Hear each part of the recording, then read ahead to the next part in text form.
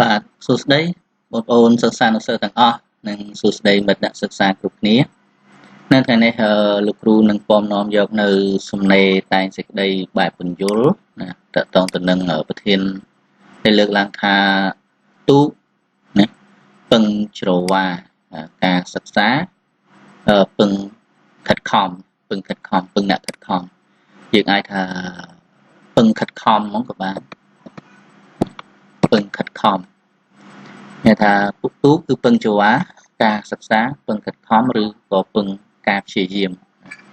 យើងអាចដាក់នេះឲ្យវាមានលក្ខណៈល្អពឹងការខិតខំពឹងការខិតខំហ្នឹងទៅណាអញ្ចឹងយើងមើលនៅក្នុងហ្នឹងលោកគ្រូបញ្ជាក់ភាសាទៀតមុននឹងយើងធ្វើសំណេរតែងសេចក្តីអ្វីមួយគឺយើងត្រូវតែអានប្រធានឲ្យយល់ច្បាស់ណាអញ្ចឹងប្រធានណាមានមតិមួយលើកឡើងថាទូពឹងច្រវាការសិក្សាពឹងការខិតខំពឹងការខិតខំតើមតិនេះណាតើមតិនេះមានអត្ថន័យមានអត្ថន័យមានអត្ថន័យដូចម្តេចខ្លះណាមតិនេះមានអត្ថន័យដូចម្តេចខ្លះចូលបកស្រាយនិងលើកឧទាហរណ៍មកបញ្ជាក់ឲ្យបានក្បោះក្បាយណាអញ្ចឹងបងប្អូនមុននឹងធ្វើវាគឺបងប្អូនត្រូវអានណាអានប្រធានឲ្យយល់រួចហើយចាំយើងចាប់ផ្ដើមសរសេរហើយមួយទៀតបើយើងយល់ល្អគឺយើងត្រូវមានគំរូដែលត្រូវនិយាយថាគំនិតសំខាន់ណាធ្វើជាត្រូវស្វែងរកគំនិតសំខាន់ឲ្យបានមុនសិនហើយមិនសិនថាគួរយើងគួរសរសេរគំនិតសំខាន់អ្វីខ្លះនៅក្នុងហ្នឹងអញ្ចឹងយើងមកមើលនៅក្នុងសេចក្តីអធិប្បាយណាក្នុងសេចក្តីអធិប្បាយនេះអធិប្បាយបើយើងក្រឡេកទៅមើលទស្សនវិជ្ជាជាក់ស្ដែងណាជាក់ស្ដែងនៅក្នុងសង្គមសពថ្ងៃសិស្សមួយចំនួនគិតតែសប្បាយភ្លេចខ្លួនដើរលេងមិនចូលសាលាមានស្នេហាហឺហាសម្ភារៈនិយមគេមិនដឹងថាការរៀនសូត្រមានប្រយោជន៍ប៉ុណ្ណាឡើយហើយចំពោះសិស្សដែលទទួលបានលទ្ធផលល្អនោះគឺមកពីពួកគេមានការលះបង់និងប្រឹងប្រែងនេះឯងណានិងប្រឹងប្រែងឯងអញ្ចឹងនេះគឺជាសេចក្តីលំនាំនៃបញ្ហាដែលយើងទាញទៅរកចំណូលបញ្ហាណាទាញទៅរកចំណូលបញ្ហានេះជាលំនាំបញ្ហាអញ្ចឹងត្រូវដឹងថាក្នុងលំនាំបញ្ហាគឺយើងនិយាយជាលក្ខណៈទូទៅរបស់ប្រធានមិនមែនទាញចូលប្រធានទាំងស្រុងទេគឺលំនាំវាចូលទៅក្នុងប្រធានដែរយើងមើលនៅក្នុងហ្នឹងគឺយើងបង្ហាញថាការសិក្សាហ្នឹងវាសិក្សានឹងសិស្សមួយចំនួនគឺអត់ខំរៀនសូត្រទេជាក់ស្ដែងពេលលោកគ្រូទៅបង្រៀននៅតាមសាលា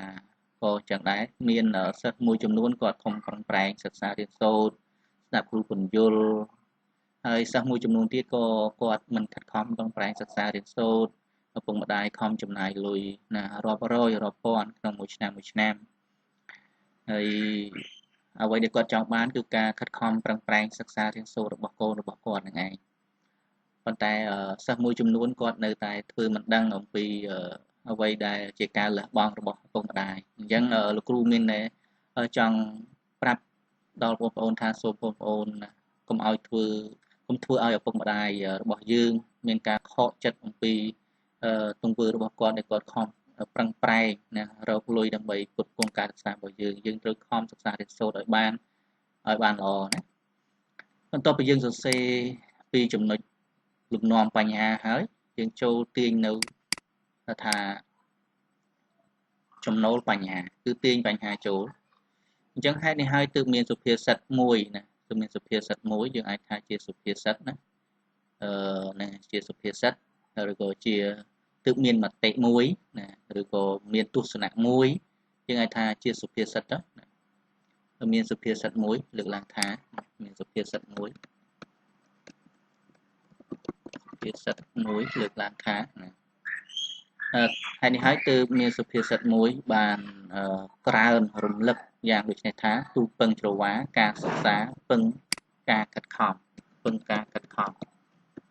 ពឹងការខិតខំមករៀនសូត្រហ្នឹងណាពឹងការខិតខំរៀនសូត្រហ្នឹងអញ្ចឹងនេះគឺជាចំណូលបញ្ហាបន្ទាប់ពីយើងសរសេរនៅចំណូលបញ្ហាហើយយើងត្រូវ នៅក្នុងផ្ដើមសេចក្តីគឺមានចំណោទបញ្ហាមួយទៀតណាតើមតិប្រធាននេះមានតម្លៃអប់រំនិងឧត្តមគតិយ៉ាងដូចម្តេចខ្លះអញ្ចឹងយើងចង់ចោទសួរជាលក្ខណៈយើងយកមតិខាងសំណួរខាងលើយកមកដាក់ក៏បានយើងចោទសួរជាលក្ខណៈបង្កើតសំណួរដោយខ្លួនឯងក៏បានអត់បញ្ហាទេបន្ទាប់ពីយើងចោទសួរទៅលើប្រធានហើយអាហ្នឹងគឺចប់ផ្នែកខាងនេះហើយផ្នែកខាងផ្ដើមសេចក្តីហើយណាចប់ផ្នែកផ្ដើមសេចក្តីហើយគឺយើងចូលដល់តួសេចក្តីម្ដងយើងមកចូលដល់តួសេចក្តីណាដើម្បីជាជំនួយដល់ការបកស្រាយ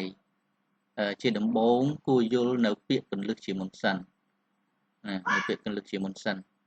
ដូចជាទូកណាទូកច្រវានិងការសិក្សាជាដើមអញ្ចឹងនៅក្នុងហ្នឹង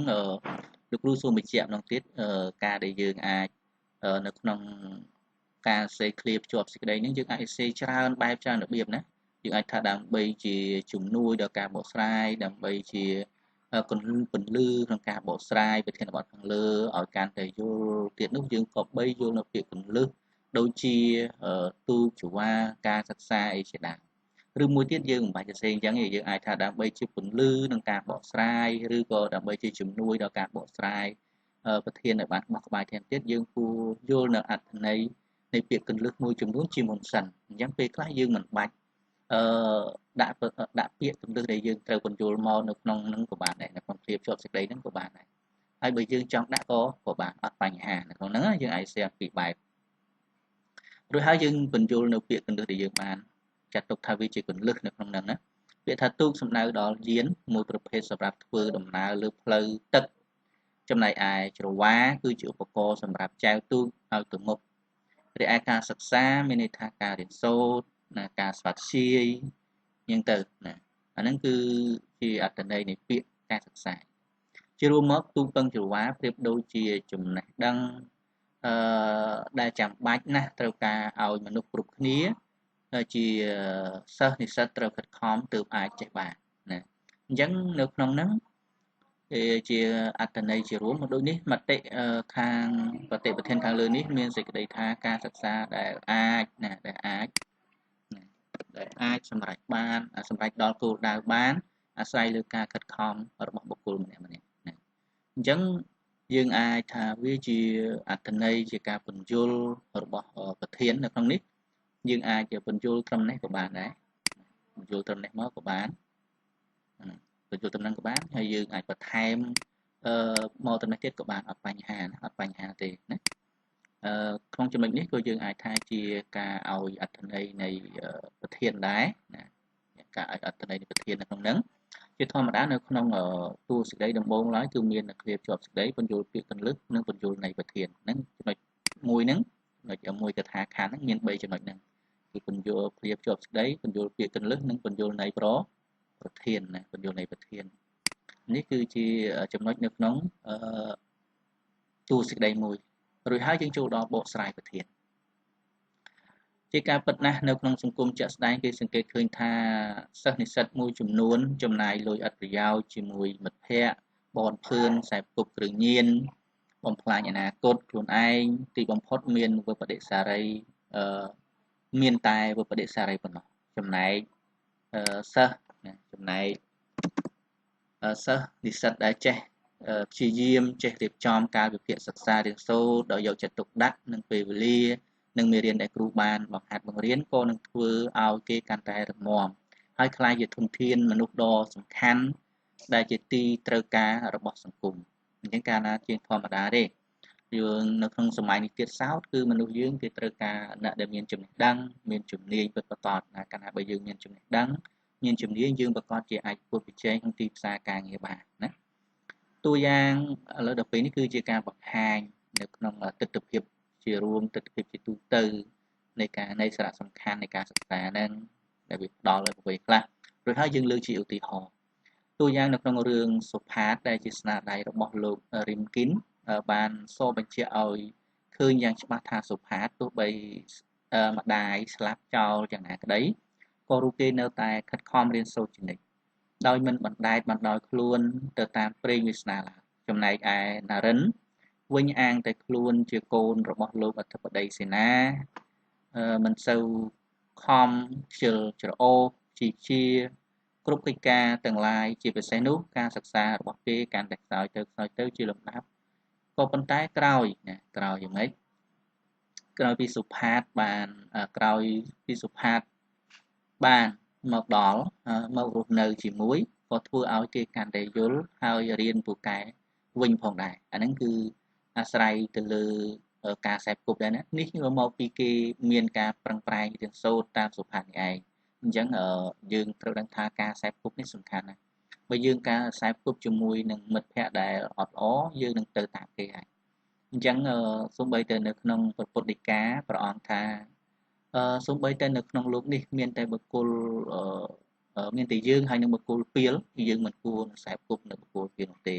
អញ្ចឹងមិត្តដែលមិនល្អកាលណាបើយើងខ្សែគប់មិនល្អគឺយើងអាចទៅតាម